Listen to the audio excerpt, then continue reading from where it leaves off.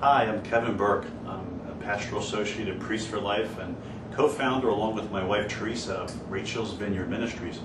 Rachel's Vineyard Ministries is a healing ministry for persons who have experienced abortion, have participated in any way in an abortion decision, and it's impacted their life in some way, and they're in need of healing.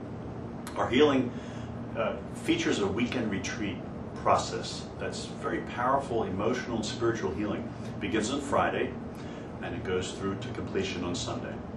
You can find information on these healing retreats at rachelsvineyard.org.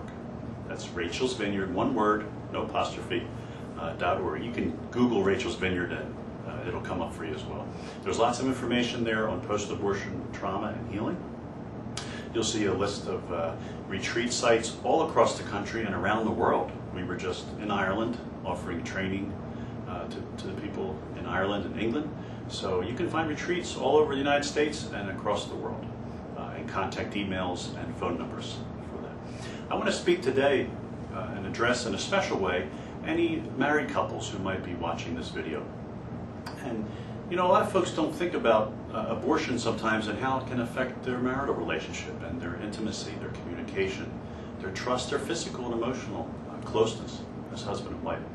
If you've felt distant in any way from your spouse, if you've had, just a sense that your marriage could be better, and maybe even your marriage might really be in bad shape. You might have some serious communication problems and not really feeling as close to your spouse as you would like, trusting them as you would like.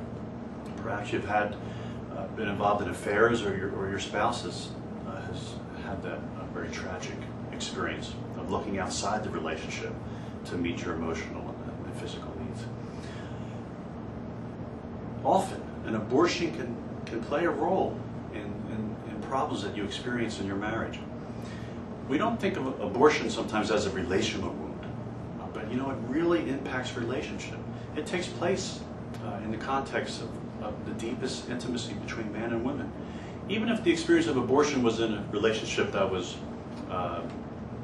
short-term, regardless, it still will impact your future ability to trust and fully give yourself to another person. That's because there's a wound that needs healing. There's an area in your life where there's a lot of shame and guilt and pain, and sometimes we're not even conscious of that. And when we have a wound in that deep part of ourselves, in that area of trust and intimacy, it impacts our ability in future relationships to really embrace fully the person that we love and we want to love. And it hurts us when we can't fully give the love that we want. If this is touching a chord with you, if you've had an abortion before you got married, maybe you had an abortion with your current spouse when you were engaged or in your marriage at some point, either of those cases, whether one or both spouses has had an abortion, it affects both spouses. I have a book that recently came out called Redeeming a Father's Heart. In that book, there's a chapter called I Married a Post-Aborted Woman. It talks about a man who married a woman with a previous abortion and how that impacted their marital relationship. And it shows how beautifully he called her, and both of them really were called, to a healing of their marriage through that reconciliation and healing of their abortion that she had. So, Forbidden Grief is also a great resource, a book by my wife that you can look at. It can help you understand this issue better. If you have an abortion in your past, it's very scary to approach this issue, and I completely understand that. It's kind of like, why do I want to go back to that? Why do I even want to bring that to the surface? I'm asking you to think and pray about how that may still be impacting your life in the present relationship with your spouse and your present children, and how much more God has in store for you, how much more He can liberate you and give you more through healing. So think and pray about that. And you want to learn more, again, about the retreats and about Rachel's Vineyard and about post-abortion healing and trauma. And remember, this is a message of hope and healing. Don't be afraid.